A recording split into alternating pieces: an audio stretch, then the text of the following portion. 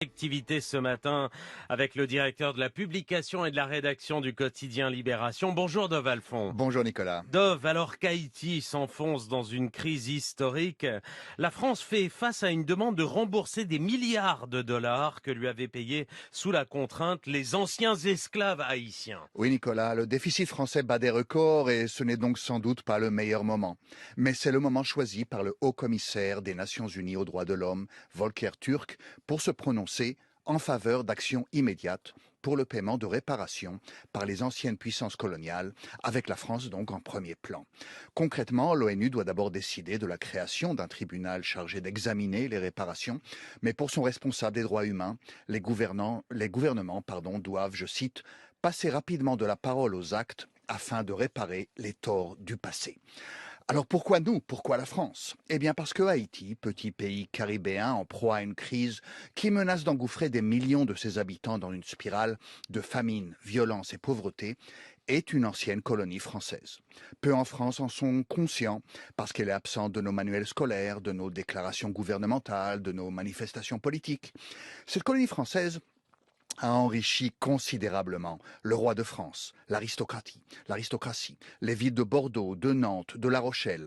Cette richesse a été acquise au prix de la féroce exploitation d'une main-d'œuvre africaine déportée vers Haïti et qui tenait en moyenne 7 ans avant de mourir d'épuisement. Les réparations demandées portent sur ce qui s'est passé après l'indépendance, quand la France a imposé une lourde rançon en compensation des revenus perdus par ses colons. Cette dette que de nombreux Haïtiens accusent d'être à l'origine de 2 siècles de troubles n'a été entièrement remboursée qu'en 1947-1950. Il s'agissait de 150 millions de francs or, qui pourraient valoir aujourd'hui 21 milliards d'euros, ou 150 milliards si on ajoute les intérêts. Vendredi dernier à Genève, le Forum permanent des Nations Unies sur les personnes d'ascendance africaine a donc annoncé son intention de demander la création du tribunal qui en déciderait du montant. Mais Dov, la question n'a pas d'écho en France. En effet, Nicolas, à gauche comme à droite, la responsabilité française dans la tragédie d'Haïti est complètement invisibilisée. Dans un rapport pour la Fondation Jean Jaurès, le chercheur Jean-Jacques Orlianski parle d'une sorte de, je cite, lobotomie nationale ayant effacé de la mémoire française toute trace de son passé colonial. Fin de citation.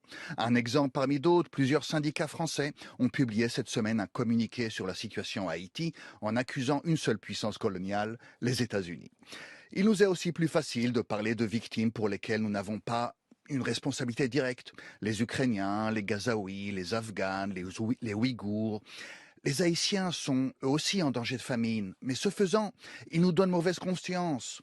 Parlons donc d'autre chose, Nicolas. Dov Alphon, merci et à lundi prochain.